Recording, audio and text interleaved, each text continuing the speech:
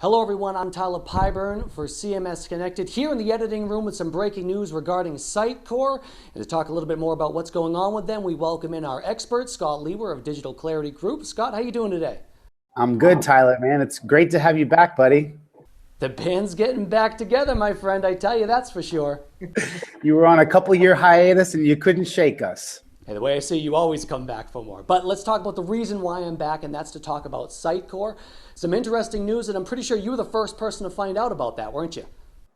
I did. I think I was on a call with them, poor guy, on West Coast time. It was about 5 a.m. their time, so pretty early. I had to be one of the first, if not the first. But yeah, so the deal is basically that that EQT, a private equity firm, has taken a majority share in Sitecore, and TCV, their former big backer, also private equity firm, is out, basically. So the deal was, the valuation was a great one for Sitecore. It was at €1 billion, which is about 1.14 billion dollars. So really good valuation, in fact, for them, and a really great thing, I think, in general, to be able to have that cash for them. So Scott, talking about the headlines, we've seen both acquisition and partnership. What is it? Yeah, here's the thing. It's really funny. I love how these guys like to position it. So the headline on the press release says that this is a partnership, and I mean, I help customers every single day buy technology, and they like to call themselves partners in that case too. But this is clearly an acquisition. I mean, acquisition in the literal sense, in financial terms, meaning that they take over a majority share, right? So do they own all of it? No, of course they don't. But they do take a majority share in this deal, and so therefore it is in fact an acquisition. And in fact, in Michael Seifert, the CEO's comments in that very same press release announcement, he says this partnership and acquisition. So I mean, it's very much an acquisition. What's the actual story here? Is it the actual acquisition, or is it the story beneath the story, which is why TCV is actually getting out right now? I think it is a story about TCV getting out. I mean, look, one of the things is, and like the management will like to tell you, that, TCV bought into Sitecore, at the fourth year of an 8-year fund. And so it was time to exit. But these guys are in the money-making business. And when you're in the money-making business, you have a duty to your investors to find new ways to make money. There's no reason they couldn't have gone and, put them into another fund or something. So I think it is quite a story that TCV, knowing as much as they know about Sitecore, is still getting out. And I think, we'll see if that's a good or a bad decision for them. But I think that's definitely the headline. Scott, why does Sitecore at this moment in time want to do this? I mean, why do they want to do it right now? Yeah, Sitecore needs to do this, or whether they needed to go find EQT over TCV. TCV wants to leave, but Sitecore needs cash. They're going to need cash for this shift. This is really about, for Sitecore, a necessary change in their business model. As many are shifting to subscription from perpetual licensing, the implication of shifting to the cloud and subscription model is very much an implication on cash flow. Huge implication on cash flows. Think about it. Instead of somebody paying $250,000 for your software up front, they're paying that to you over a longer period of time. For Sitecore, over about 3 years is about their break-even point on that. Now, the value from each customer tends to be higher in these models, but it's over a much longer life, right? So that has huge implications on cash flow, and specifically, cash flow affects R&D.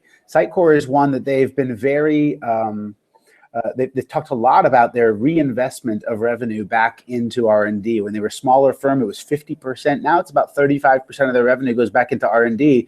But when your cash flow takes such a hit, you don't have that money to go put into R&D. So their innovation would have been completely stifled, I think. Now, the way it sounds, Scott, do you disagree with the business model? Yeah, so I think it's a good idea to shift to this business model. I like the shift. As I said, you do get more revenue from customers over time, but I think the challenge with their specific implementation of the business model is twofold. Number one, it's a consumption-based pricing model, which let's be real. Think about it. If you're not using it, you don't have to pay for it necessarily. And there's an awful lot of small companies that maybe overbought in Sitecore and didn't necessarily need that big of a thing. Well, now they're not going to have to pay that much for it. That's a challenge. I think the other challenge with it is Sitecore becomes even more dependent on their implementers to hurry up and get the product up and running quickly. Why? Because now if it's consumption based, you don't have to pay until the product is live and you're getting visitors, right? And so therefore that 6, 12, 18-month implementation time frame, that really hurts because you don't start getting paid until that happens. So that's the first challenge with the model, I think. The second challenge is they've separated what they call Experience Manager, which is the kind of classic web content management product, from Experience Platform, which is the personalization model, campaign management, some of those other things.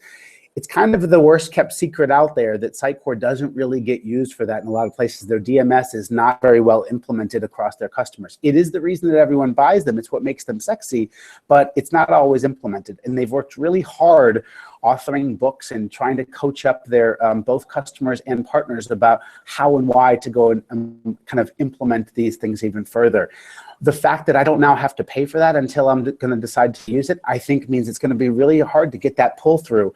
And to be honest, I could see Sitecore becoming really kind of truly back to a WCM in some best of breed mix where people buy other campaign management tools or other personalization tools. And I think that could really threaten them. So I don't like the specific implementation of the business model that they have. I think they'll learn that over time, but I think EQT is in for a long haul with this. They're going to have to fund an awful lot. Now, from a client perspective, hearing all this, they have to love this, right? I mean, they're spending less. Listen, I think if you're asking me, am I bullish on this for customers and prospects? I absolutely am. I tend to always say some negative stuff and some positive stuff, but this is great for customers and prospects because number one, they've got a big backing now, so they've got bigger purse strings to be able to pull from.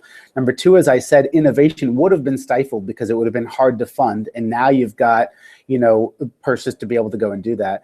And three, look, typically these private equity firms like to come in and maybe pair them with some others. We've seen this happen with Episerver being paired with Ectron and some other things happening like that. So they oftentimes will get paired with some other technologies.